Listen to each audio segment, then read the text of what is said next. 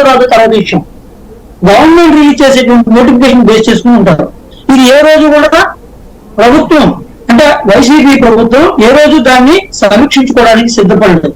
ఊరికే తాంబూలాలు ఇచ్చి తమ్ముడు చావాలన్నట్టుగా ఒక ప్రెస్ ముందుకు వచ్చి ఇష్టం వచ్చినట్టుగా మంత్రులు మాట్లాడినటువంటి మాటలు అత్యంత ఘోరమైనటువంటి మాట.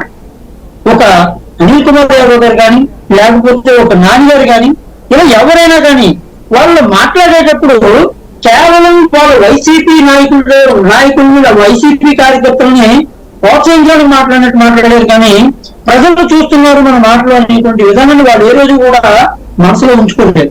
తర్వాత వాళ్ళు పాడైపోవడం కూడా కారణం ఏంటంటే 151 సీట్లు రావడం. 151 సీట్లు రావడంతో మహా అయితే ఇంకో 50 తగ్గితే గట్టిగా అయితేనే ఎలాగో పనిచేస్తున్నాం కదా అనుకున్నారు.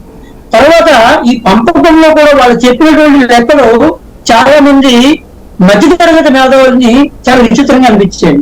చేయకుండా కొన్ని కిట్టించి చెప్పారు. సాధారణ పథకాల్లో వచ్చేసినటువంటి బెనిఫిషరీస్ ని సాధారణ పథకంలో బెనిఫిషరీస్ ఉన్నారనుకోండి, వాళ్ళు ఒక ఎస్సీ వర్గం ఉంటుంది, ఎస్సీలకి ఇంత ప్రయోజనం పొందుతుందని కిట్టించి ఇంతవరకు కూడా సాంప్రదాయం లేదు.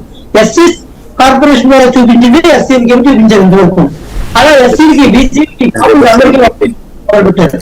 ఇలా కొంతమంది కూడా ఏంటి ఇలాంటి లెక్క చెప్తున్నటువంటి ఆలోచన కూడా వాళ్ళకి వచ్చింది.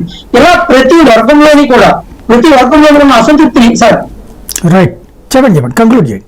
ప్రతి వర్గంలో ఉన్నటువంటి అసంతృప్తిని వైసీపీ పార్టీ కానీ వాళ్ళ ప్రభుత్వం కానీ మంత్రులు కానీ ఎమ్మెల్యేలు కానీ ఈవెన్ కార్యకర్తలు కానీ గుర్తించడంలో విఫలమవడం అనేటువంటిది జరిగింది. అందువల్ల వాళ్ళు ఓడిపోయారు. ఇక ముఖ్యంగా మా వరకు వస్తే ఇప్పుడు మాకు ఉండేటువంటి ప్రధానమైనటువంటి లక్ష్యం ఏంటంటే ఇంకా వాళ్ళు విమర్శించడానికి మాకు టైం లేదు, వాళ్ళు విమర్శించాల్సినటువంటి అవసరం మాకు లేదు, వాళ్ళు రివ్యూ చేసుకుంటూ లేదు వాళ్ళ ఇష్టం.